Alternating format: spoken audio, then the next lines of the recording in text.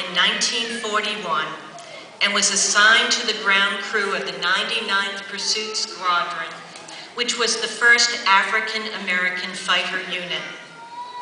2 years later, he was commissioned a warrant officer junior grade at Tuskegee Army Airfield in Alabama. When the 99th was deployed to Europe, he was transferred to an engineering aviation squadron in California, serving as adjutant for the headquarters company.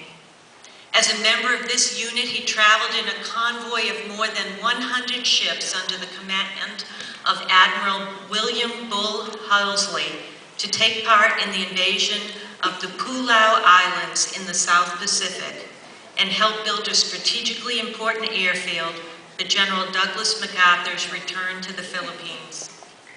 However, before this assignment could be carried out, the bombings of Hiroshima and Nagasaki took place, and Japan surrendered, ending the war. Upon his return to civilian life, Judge Rutledge, attended New York University and Brooklyn Law School, receiving his law degree in 1950. He ran a successful general practice for 34 years, and in 1985 was elected to the Civil Court of the City of New York. 5 years later, he won election to the Supreme Court of the State of New York, serving in Queens County.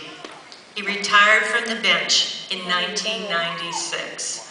I take great pride in presenting the President's Distinguished Service Medallion to Judge Richard Rutledge.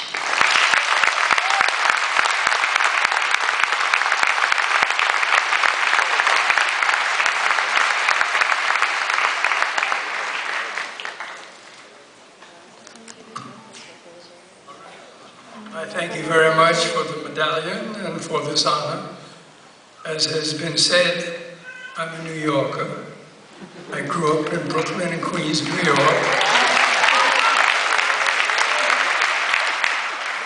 I was always interested in aviation from an early age. In fact, I have a pilot's license today, single engine, to fly single-engine airplanes on land or on sea. So way back in March of 1941, I read that the government was going to form an experimental squadron to see if black men could fly airplanes. It was going to be called the 99th Pursuit Squadron.